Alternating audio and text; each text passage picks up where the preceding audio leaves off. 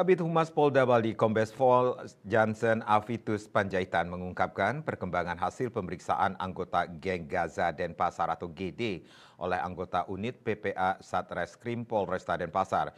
Geng GD memiliki anggota 80 orang.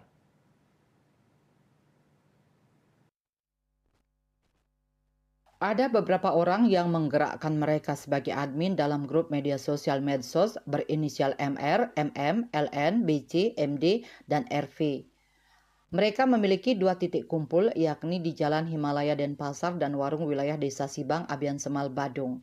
Anggota Polsek Denpasar Utara berhasil mencegah tawuran tersebut dan mengamankan para pelaku yang rata-rata masih anak di bawah umur berstatus pelajar SMP di Denpasar.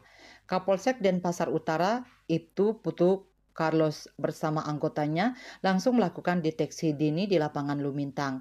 Saat mendekati kelompok anak-anak tersebut dengan maksud mengecek kebenaran informasi itu, mereka langsung kabur. Polisi berhasil mengamankan EPH saat itu bawa samurai.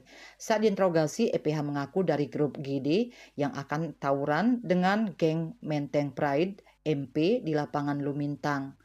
Selanjutnya dilakukan pengecekan ke titik kumpul grup GD di Jalan Himalaya dan ternyata ditemukan 21 anak-anak di bawah umur. Anak-anak tersebut diamankan dan dibawa ke Polsek Denpasar Utara untuk dilakukan pembinaan.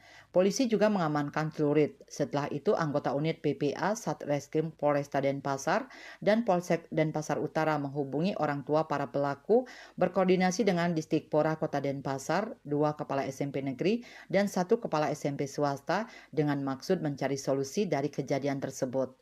Perwakilan dari Distikpora Denpasar sepakat akan merapatkan para kepala SMP sekota Denpasar untuk mengambil dan menentukan langkah-langkah pembinaan kepada para siswanya.